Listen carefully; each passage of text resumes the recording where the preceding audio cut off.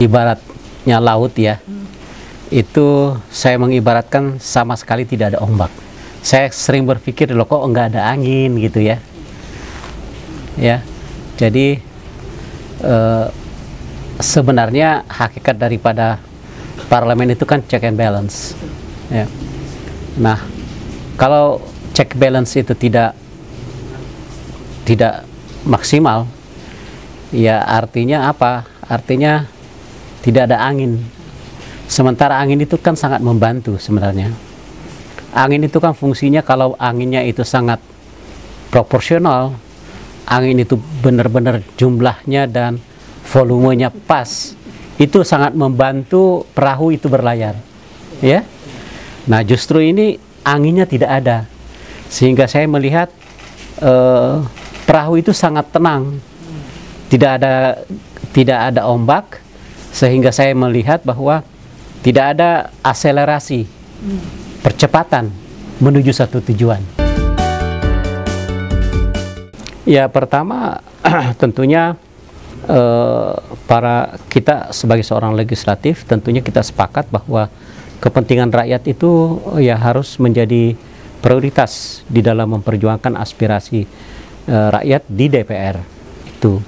Dan yang kedua, kita betul-betul sangat memperhatikan bahwa manakala kepentingan nasional, kepentingan negara itu dibutuhkan, maka kepentingan partai seharusnya menjadi nomor 2. Ya, ini prinsip yang harus kita anut, sehingga betul-betul apapun yang kita perjuangkan itu adalah untuk kepentingan rakyat. Nah, saya pikir kalau itu dilakukan, maka fungsi check and balance itu akan lebih banyak berfungsi, saya pikir. Pertama, saya sangat concern dengan bagaimana agar anggaran dan anggaran Kementerian Pertahanan dan TNI itu bisa ditingkatkan.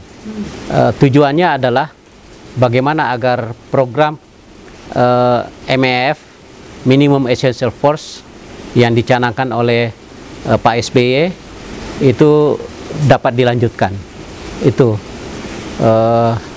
Yang kedua adalah saya sangat aktif di dalam merampungkan, berpartisipasi dalam rancangan undang-undang ITA, ya, informasi transaksi elektronik. Begitupun juga di dalam rancangan undang-undang anti terorisme, ya. Dua rancangan undang-undang ini sangat ditunggu-tunggu oleh masyarakat. Ini berkaitan dengan bagaimana fungsi dari TNI di dalam menggalang kesejahteraan para prajurit dan masyarakat sekitarnya. Itu yang saya utamakan. Ya.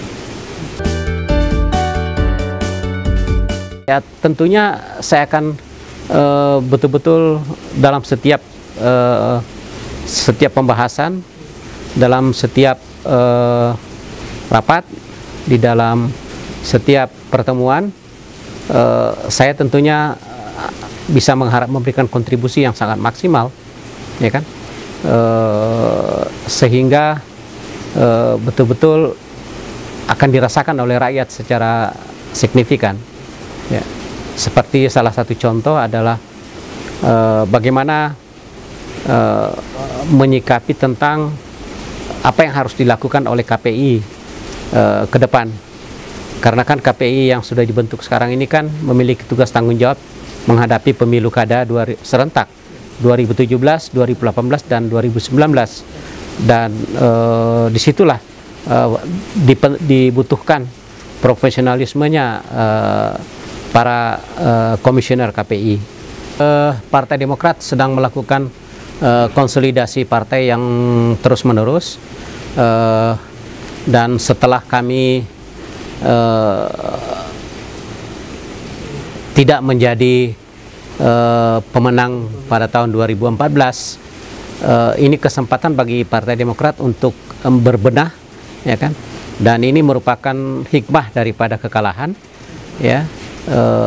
dengan tidak beruntungnya kami di 2014, kami lebih banyak memiliki waktu untuk berbenah persiapan untuk pemilu selanjutnya, dan hasilnya sudah mulai kelihatan. Mudah-mudahan elektabilitas kita sudah mulai agak sedikit naik, dan 3 tahun ke depan saya pikir di bawah kepemimpinan Pak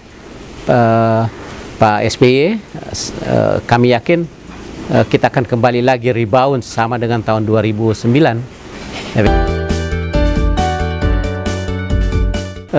Dalam 1 minggu rata-rata 6 kali berolahraga setiap hari. Ya, saya mengeluarkan meluangkan waktu rata-rata 1,5 jam berolahraga setiap hari. Biasanya saya lakukan setelah habis sholat subuh gitu. Ya. Kalau makanan itu pasti otomatis. Kita harus tahu bahwa kita harus mengkonsumsi secara proporsional, tidak berlebihan, secara proporsional lah. Suplemen relatif tidak.